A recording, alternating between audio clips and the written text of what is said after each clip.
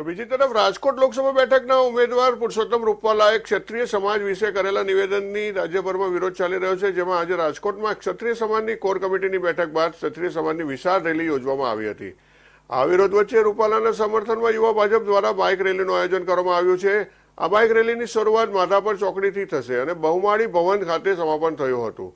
પુરુષોત્તમ રૂપાલાએ બાઇક રેલીનું પ્રસ્થાન કરાવ્યું હતું, જે બાદ પોતે પણ આ રેલીમાં જોડાયા હતા, જેમાં તેમણે બુલેટ બાઇક ચલાવ્યું હતું અને તેમની પાછળ પૂર્વ મુખ્યમંત્રી વિજય રૂપાણી ભાજપના ઝંડા સાથે બેઠા હતા.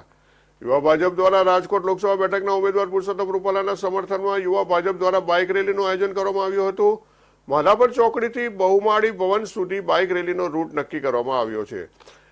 આયોજનના પગલે પૂર્વ શહેર પ્રમુખ કમલેશ મરાણી અને પૂર્વ સ્ટેન્ડિંગ ચેરમેન પુષ્કર પટેલ કાર્યક્રમ સ્થળે આવી પહોંચ્યા હતા. આ સાથે જ યુવા ભાજપના કાર્યકરો મોટી સંખ્યામાં બાઇક સાથે આવી પહોંચ્યા છે, પરંતુ ભાજપના ઉમેદવાર પુરુષોત્તમ રૂપાલા અને પૂર્વ મુખ્યમંત્રી રૂપાણી અને ધારાસભ્ય દર્શિતા શાહ થોડા મોડા પહોંચ્યા હતા.